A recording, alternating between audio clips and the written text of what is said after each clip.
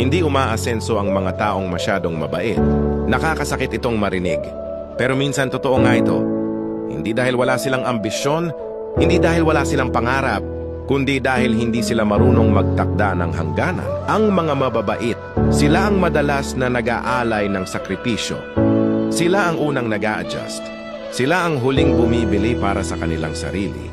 Kapag may kailangan sa bahay, sila ang tumutulong. Kapag may kulang, sila ang nangungutang, hindi para sa mga luho, hindi para sa pagyayabang, para lang hindi may iwanan.